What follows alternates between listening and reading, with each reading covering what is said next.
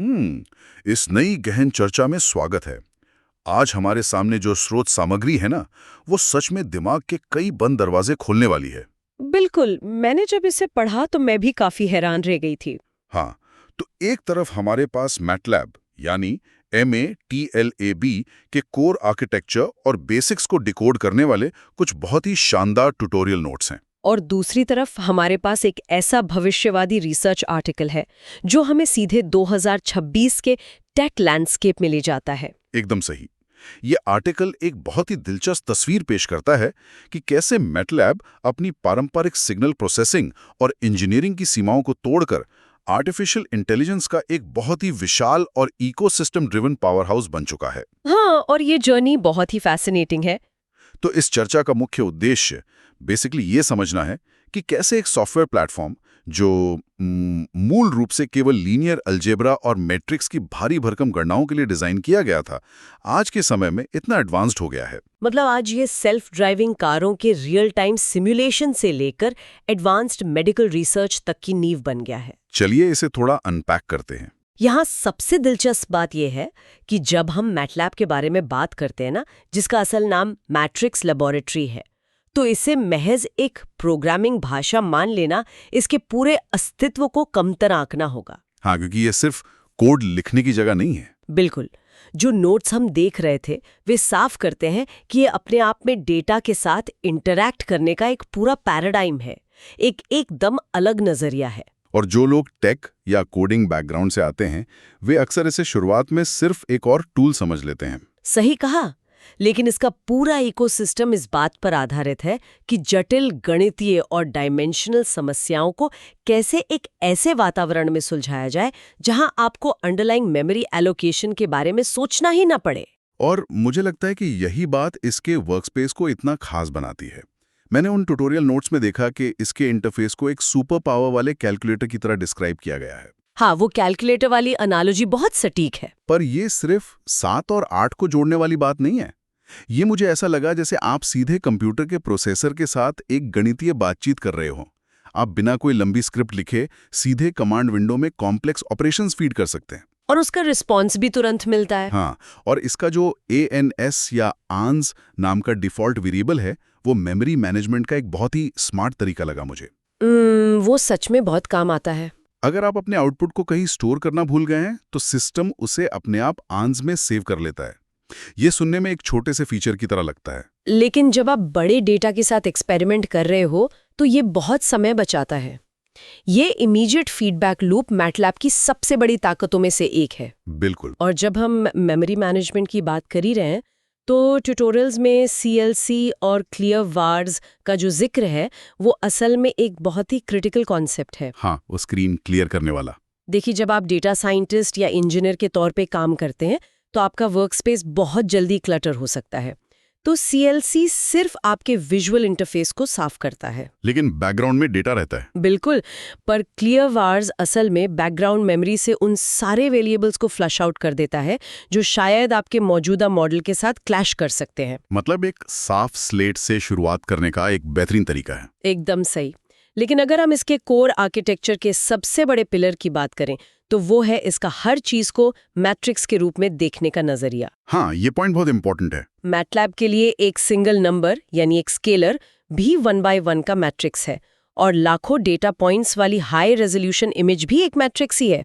और मुझे लगता है कि यहीं पर जो लोग पाइथन, C++ या जावा जैसे बैकग्राउंड से आते हैं, उन्हें एक बड़ा कल्चर शॉक लगता है। अरे हाँ, वो इंडेक्सिंग वाला मुद्दा। हाँ, क्योंकि उन नोट्स में स्पष्ट रूप से लिखा है कि मैटलैब में 1 बेस्ड इंडेक्सिंग होती है। हम सब जानते हैं कि प्रोग्रामिंग की दुनिया में गिनती हमेशा 0 से शुरू होती है, जो कि कंप्यूटर साइंस का स्टैंडर्ड है। तो जब कोई कोडर पहली बार इसमें काम करता है और उसे अपनी लिस्ट का पहला आइटम चाहिए होता है, तो उसे 0 की जगह 1 लिखना पड़ता है। शुरू में ये थोड़ा अजीब लगता है, पर इसके पीछे का लॉजिक काफी सॉलिड है।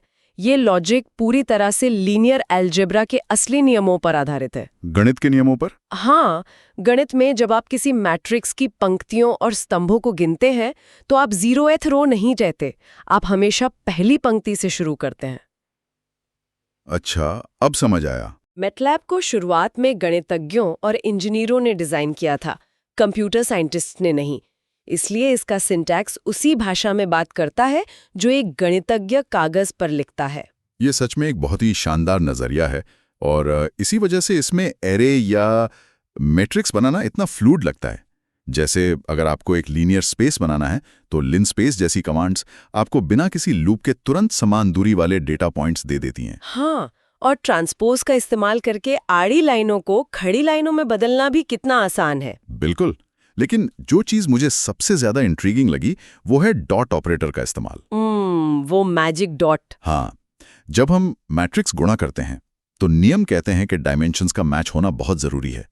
पहले के कॉलम और दूसरे की पंक्तियां मिलनी चाहिए। सही बात है। लेकिन कई बार आप मैट्रिक्स गुणा नहीं चाहते, आप बस चाहते हैं कि दो अलग अलग डेटा सेट्स के हर एक नंबर का आपस में सीधा गुणा या भाग हो जाए। और यहीं पर वो जादुई बिंदु यानी डॉट ऑपरेटर काम आता है। जब आप डॉट और स्टार या डॉट और कैप का इस्तेमाल करते हैं तो आप मैटलैब के कोर इंजन को बता रहे होते हैं कि मैट्रिक्स के नियमों को थोड़ी देर के लिए बाईपास करो और हर एलिमेंट का अलग अलग ऑपरेशन करो। एग्जैक्टली। इसे एलिमेंट वाइज ऑपरेशन कहते हैं। ये डायमेंशनल थिंकिंग का एक बहुत बड़ा शिफ्ट है। पाइथन में आपको इसके लिए अक्सर numpy जैसी एक्सटर्नल लाइब्रेरी को इंपोर्ट करना पड़ता है और उसके अलग सिंटैक्स को फॉलो करना पड़ता है। लेकिन मैटलैब में ये नेटिव है। Yes. ये इस बात का सीधा सबूत है कि सॉफ्टवेयर को डेटा के डायमेंशंस को ध्यान में रखकर ही बनाया गया है। यहाँ पर बात सच में बहुत दिलचस्प हो जाती है क्योंकि जब आपके पास इतने बड़े डेटा सेट्स आ जाते हैं, लाखों करोड़ों नंबर्स के मैट्रिक्स बन जाते हैं, तो इंसान की आंखें नंबर्स को देखकर कोई पैटर्न नहीं समझ सकती। विजुअलाइजेशन के बिना तो वो सिर्फ शोर है। जो नोट्स हम देख रहे थे वे बताते हैं कि मैटलैब का विजुअलाइजेशन इंजन कितना पावरफुल है। प्लॉट कमांड कोई नई चीज नहीं है, लेकिन इसके पीछे की जो रेंडरिंग कैपेबिलिटी है वो सच में कमाल की है। हाँ, सिर्फ एक कमांड से पूरा ग्राफ तैयार।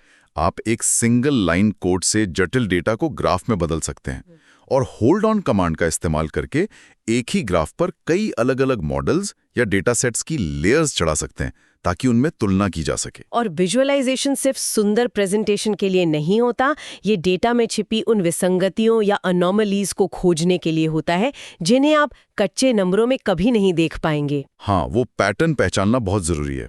ट्यूटोरियल में जो सब प्लॉट का जिक्र है वो इसी एनालिटिकल प्रोसेस का एक बड़ा हिस्सा है। मान लीजिए आप एक इंजन के 4 अलग अलग सेंसर्स का डेटा ट्रैक कर रहे हैं, तो आप उन्हें एक साथ दिखना चाहेंगे? बिल्कुल। सब प्लॉट आपको एक ही विंडो में उन चारों का अलग अलग ग्रिड देता है।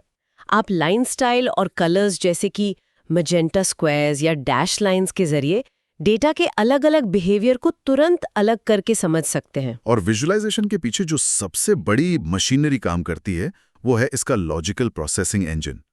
लॉजिकल इंडेक्सिंग वाले हिस्से ने मुझे सच में सोचने पर मजबूर कर दिया। वो तो इसका सबसे पावरफुल टूल है। हम सब जानते हैं कि कंप्यूटर बाइनरी यानी 0 और 1 पर काम करता है। हाँ। लेकिन मैटलैब 0 और 1 को पूरे के पूरे मैट्रिक्स पर एक साथ कैसे अप्लाई करता है वो शानदार है। बहुत ही सीमलेस तरीके से। नोट्स में एक बहुत अच्छा उदाहरण था। मान लीजिए आपके पास एक बहुत बड़ी साइन वेव का डेटा है। हाँ। और आपको वो सारे पॉइंट्स चाहिए जो 0.8 से बड़े हैं। हाँ। किसी और भाषा में आप शायद इसके लिए कंडीशन लगाएंगे। हाँ। हर नंबर को चेक करेंगे, जो कि बहुत स्लो प्रोसेस है। यहाँ आप बस एक लॉजिकल ऑपरेटर लगाते हैं और वो तुरंत एक लॉजिकल एरे बना देता है जहाँ कंडीशन सही होने पर 1 और गलत होने पर 0 आ जाता है। और अगर हम इसे थोड़ा और आगे बढ़ाएं और इमेज प्रोसेसिंग से जोड़ें तो तस्वीर और भी साफ हो जाती है। इमेज प्रोसेसिंग में तो इसका बहुत यूज है। एक डिजिटल तस्वीर असल में क्या है? वो पिक्सेल्स का एक बहुत बड़ा मैट्रिक्स ही तो है। मान लीजिए आपके पास एक मेडिकल एक्सरे है और आप एक ब्लैक एंड व्हाइट इमेज में किसी खास ट्यूमर या अनोमली को हाईलाइट करना चाहते हैं। तो कंप्यूटर के लिए सफेद हिस्सा 1 है और काला हिस्सा 0 है। एकदम सही।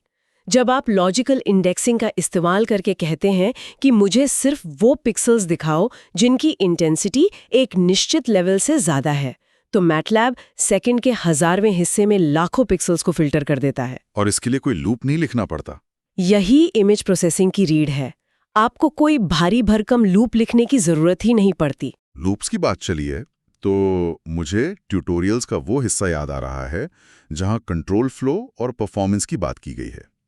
कोई भी व्यक्ति जो थोड़ी बहुत कोडिंग जानता है वो फॉर लूप और व्हाइल लूप के कॉन्सेप्ट से वाकिफ है। हाँ, वो तो बेसिक्स हैं। लेकिन मुझे जो सबसे मजेदार लगा वो था इन्फिनिट लूप का वो उदाहरण। ये किसी भी कोडर के लिए एक राइट ऑफ पैसेज की तरह है। अरे हाँ, ये तो सबके साथ हुआ है। जब आप व्हाइल लूप में कोई रिडक्शन स्टेटमेंट या रुकने की शर्त लगाना भूल जाते हैं तो कंप्यूटर अपनी पूरी प्रोसेसिंग पावर उस लूप में झोंक लेता है। सिस्टम हैंग होने लगता है, पंखे की आवाज़ तेज़ हो जाती है और आपको घबराकर कंट्रोल सी दबाना पड़ता है ताकि प्रोसेस को किल किया जा सके। हाँ, हमने कभी ना कभी अपने सिस्टम को उस इन्फिनिट लूप के ब्लैक होल में ज़रूर धकेला है। बिल्कुल धकेला है। लेकिन अगर हम इसे परफॉर्मेंस के नज़रिए से देखें तो ये एक बहुत गहरा सबक देता है। लूप्स बहुत ज़रूरी हैं, लेकिन जब आप बिग डेटा के साथ काम कर रहे हो तो लूप्स आपके दुश्मन भी बन सकते हैं। और इसीलिए हमें कोड की स्पीड नापनी पड़ती है। सही कहा। नोट्स में कोड की स्पीड नापने वाले जिन टूल्स का जिक्र है, टिक और टॉक, वे इसी बात को साबित करते हैं। टिक से टाइमर शुरू होता है और टॉक से खत्म। हाँ, वो जो 1 करोड़ रैंडम नंबर्स वाला उदाहरण था, वो सच में आंखें खोलने वाला था। बहुत ही क्लासिक एग्जाम्पल है वो। अगर आप 1 करोड़ डेटा पॉइंट्स में किसी खास नंबर को खोजने के लिए एक फॉर लूप चलाते हैं, तो ये एक-एक करके हर नंबर को चेक करेगा। इसमें जो मेमोरी ओवरहेड और समय लगता है, वो एक प्रोफेशनल एनवायरनमेंट में बिल्कुल भी एक्सेप्टेबल नहीं है। और यहीं पर नोट्स वेक्टराइजेशन पर इतना जोर देते हैं। वेक्टराइजेशन ही वो जादू है ना जो मैटलैब को इतना तेज बनाता है। हाँ, इसके पीछे जस्ट इन टाइम या JIT कंपाइलेशन काम करता है। जब आप पूरे मैट्रिक्स पर एक साथ लॉजिकल चेक लगाते हैं, तो मैटलैब का इंजन उस काम को प्रोसेसर के अलग-अलग कोर्स में बांट देता है। मतलब पैरेलल प्रोसेसिंग हो रही है। एग्जैक्टली। जो काम फॉर लूप में मिनटों ले सकता है, वेक्टराइजेशन उसे माइक्रोसेकंड्स में कर देता है। समय और कंप्यूटेशनल पावर बचाने की ये कला ही तय करती है कि आपका मॉडल रिसर्च लैब से निकलकर असली दुनिया में डिप्लॉय होने लायक है या नहीं। और असली दुनिया में डिप्लॉय होने की इस बात से हम अपनी चर्चा के उस सबसे रोमांचक हिस्से पर आते हैं, जिसके बारे में वो 2026 वाला आर्टिकल बात कर रहा था, जहां गेम पूरी तरह से बदल जाता है। अब तक हमने जो देखा वो सब एक बहुत ही सॉलिड फाउंडेशन है। लेकिन अगर मैं यहाँ थोड़ा डेविल्स एडवोकेट बनूं, तो आज के समय में पाइथन जैसी ओपन सोर्स भाषाएं AI और मशीन लर्निंग की दुनिया पर राज कर रही हैं। वो मुफ्त हैं और उनके पास एक बहुत बड़ी कम्युनिटी है। ये एक बहुत ही वैलिड सवाल है। तो फिर इस 2026 के रिसर्च आर्टिकल में ऐसा क्या है जो ये दावा कर रहा है कि मैटलैब AI का एक दिग्गज पावर हाउस बन चुका है? ये ऐसा क्या कर रहा है जो बाकी ओपन सोर्स भाषाएं नहीं कर पा रही? इसका जवाब उस 2026 के आर्टिकल में बहुत स्पष्ट रूप से दिया गया है, और वो है इंटीग्रेशन और रिलायबिलिटी। रिलायबिलिटी कैसे? देखिए, ओपन सोर्स प्लेटफॉर्म्स बहुत शानदार हैं, लेकिन जब आप एक ऐसा सिस्टम बना रहे हैं जहां इंसान की जान दांव पर है, जैसे कि एक हवाई जहाज का कंट्रोल सिस्टम या एक सेल्फ ड्राइविंग कार, वहां कोई रिस्क नहीं ले सकते। बिल्कुल। वहां आपको एक ऐसे इकोसिस्टम की जरूरत होती है जो सर्टिफाइड हो, जहां हार्डवेयर और सॉफ्टवेयर के बीच का ब्रिज पूरी तरह से सीमलेस हो। 2026 तक मैटलैब ने अपने डीप लर्निंग टूलबॉक्स और statistics and machine learning toolbox को इतना एडवांस कर लिया है कि वे सिर्फ रिसर्च के लिए नहीं, बल्कि इंडस्ट्रियल ग्रेड डिप्लॉयमेंट के लिए इस्तेमाल हो रहे हैं। मतलब सीधा प्रोडक्शन में? हाँ, इसमें CNN, RNN और लेटेस्ट ट्रांसफॉर्मर्स आर्किटेक्चर के लिए नेटिव सपोर्ट है। और इस आर्टिकल में जिस एक और चीज ने मेरा ध्यान सबसे ज्यादा खींचा, वो था AutoML, यानी ऑटोमेटेड मशीन लर्निंग। मुझे लगता है कि ये असली गेम चेंजर है। AutoML ने तो पूरा नजरिया ही बदल दिया है। अक्सर होता यह है कि मशीन लर्निंग मॉडल्स बनाने के लिए आपको बहुत गहरी कोडिंग एक्सपर्टीज और गणितीय ज्ञान चाहिए होता है, लेकिन AutoML इसे पूरी तरह से बदल रहा है। ये ऐसा है जैसे आपने मशीन लर्निंग को डेमोक्रेटाइज कर दिया हो। आपने बिल्कुल सही शब्द का इस्तेमाल किया, डेमोक्रेटाइजेशन। अगर हम हाइपर पैरामीटर ट्यूनिंग का ही उदाहरण लें, ये वैसा ही है जैसे आप किसी पुराने रेडियो में सही स्टेशन पकड़ने के लिए घंटों तक डायल घुमाते रहें ताकि आवाज साफ आ सके। हाँ, वो नॉइस हटाने के लिए। एक डेटा साइंटिस्ट मॉडल को परफेक्ट बनाने के लिए मैन्युअली यही करता है, लेकिन AutoML इस पूरी प्रक्रिया को स्वचालित कर देता है। ये तुरंत वो रेडियो स्टेशन खोज लेता है जो सबसे साफ आवाज दे रहा हो। तो इसका मतलब है कि अब कोई भी इसे यूज कर सकता है? बिल्कुल। अब एक बायोलॉजिस्ट या एक मैकेनिकल इंजीनियर जिसे शायद बहुत ज्यादा कोडिंग नहीं आती, वो भी अपने डेटा को फीड करके एक टॉप टियर AI मॉडल तैयार कर सकता है। वो सिंटैक्स से लड़ने के बजाय अपनी फील्ड की असली समस्या सुलझाने पर ध्यान दे सकते हैं। ये सच में एक बहुत बड़ा शिफ्ट है। और आर्टिकल ये भी साफ करता है कि मैटलैब ने अपनी क्लोज्ड इकोसिस्टम वाली छवि को भी अब तोड़ दिया है। ये अब एक आइलैंड की तरह काम नहीं कर रहा है। इंटरऑपरेबिलिटी अब इसके कोर में आ गई है। हाँ, ये पाइथन, R और C++ के साथ मिलकर काम कर सकता है। और सबसे बड़ी बात, ONNX यानी open neural network exchange format का सपोर्ट। ये सपोर्ट बहुत क्रूशियल है। इसका सीधा मतलब है कि अगर किसी रिसर्चर ने टेंसरफ्लो या पाईटॉर्च में कोई बेहतरीन AI मॉडल बनाया है तो वो उसे बिना किसी परेशानी के मैटलैब में इंपोर्ट कर सकता है और वहां से उसे किसी भी हार्डवेयर पर डिप्लॉय कर सकता है। अगर हम इसे बड़ी तस्वीर से जोड़ें तो यही इंटरऑपरेबिलिटी इसे 2026 के इंडस्ट्रियल लैंडस्केप का लीडर बनाती है।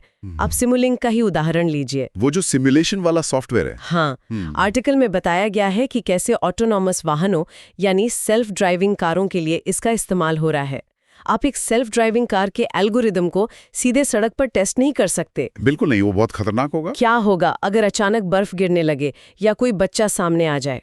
सिमुलिंक आपको एक डिजिटल ट्विन बनाने की सुविधा देता है, जहां आप उस AI मॉडल को हजारों रियल टाइम सिमुलेटेड परिदृश्यों में सुरक्षित तरीके से टेस्ट कर सकते हैं। मतलब वर्चुअल दुनिया में टेस्टिंग। हाँ, हार्डवेयर पर कोड जाने से पहले ही वो पूरी तरह से वैलिडेट हो चुका होता है। और ये सिर्फ ऑटोमोटिव इंडस्ट्री तक सीमित नहीं है। हेल्थ केयर सेक्टर में जो बदलाव आ रहे हैं वो भी इस आर्टिकल में बहुत अच्छे से कवर किए गए।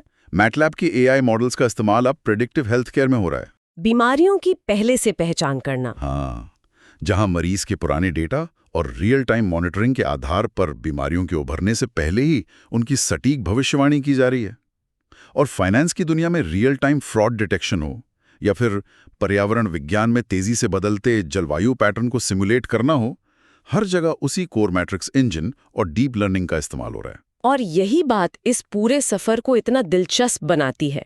जिन लॉजिकल एरेज, डॉट ऑपरेटर्स और विजुअलाइजेशन टेक्निक्स की बात हमने शुरुआत में की थी, वे सभी आज भी वही हैं, बस उनका पैमाना बदल गया है। स्केल बहुत बड़ा हो गया है। बिल्कुल, जो इंजन कभी एक रिसर्चर को लैब में 2 सिग्नल फिल्टर करने में मदद करता था, वही इंजन आज एक पूरे शहर के ट्रैफिक ग्रिड को ऑप्टिमाइज कर रहा है। तो अगर हम इस पूरी चर्चा को समेटें, हमने शुरुआत की थी एक सुपर पावर कैलकुलेटर और एक ऐसे वर्कस्पेस से जहां हर चीज को मैट्रिक्स के नजरिए से देखा जाता है, जहां गणित और कोडिंग एक साथ मिलते हैं। हमने समझा कि कैसे वन बेस्ड इंडेक्सिंग और डॉट ऑपरेटर हमें डायमेंशनल लेवल पर सोचने पर मजबूर करते हैं। हमने ये भी देखा कि कैसे लॉजिकल इंडेक्सिंग और वेक्टराइजेशन ने पारंपरिक लूप्स की जगह लेकर परफॉर्मेंस को एक नए स्तर पर पहुंचा दिया है, जो कि बहुत जरूरी था। और अंत में हमने 2026 के उस एडवांस्ड लैंडस्केप को एक्सप्लोर किया जहां AutoML और ONNX के जरिए मैटलैब सिर्फ एक कोडिंग टूल नहीं रहा, बल्कि AI और इंसान के बीच का एक बेहद पावरफुल और कोलैबोरेटिव ब्रिज बन गया है। इस पूरे एवोल्यूशन को देखते हुए मैं उन सभी के लिए एक बहुत ही महत्वपूर्ण सवाल छोड़ना चाहूंगी जो इस बदलाव को देख रहे हैं। बताइए। क्योंकि AutoML जैसे एडवांस्ड टूल्स अब हाइपर पैरामीटर ट्यूनिंग और कोडिंग के सबसे मुश्किल हिस्सों को खुद ही ऑटोमेट कर रहे हैं, तो भविष्य में एक इंसान का असली कौशल क्या होगा? ये एक बहुत गहरा सवाल है। जब मशीनें खुद ही सिंटैक्स लिखना और मॉडल्स को ऑप्टिमाइज करना सीख जाएंगी, तब हमारा काम कीबोर्ड पर हजारों लाइन का कोड लिखना नहीं रह जाएगा। तब एक इंसान का असली काम ये तय करना होगा कि AI से कौन से सही गणितीय, तार्किक और व्यावसायिक सवाल पूछे जाएं। मतलब हमें प्रॉब्लम सॉल्वर बनना होगा। एग्जैक्टली। भविष्य में हमारी सबसे बड़ी ताकत हमारा विजन होगी, ना कि हमारी सिंटैक्स की जानकारी। क्योंकि मशीनें आपको बेहतरीन जवाब दे सकती हैं, लेकिन कौन सा सवाल पूछना है, ये कला हमेशा इंसान के पास ही रहेगी।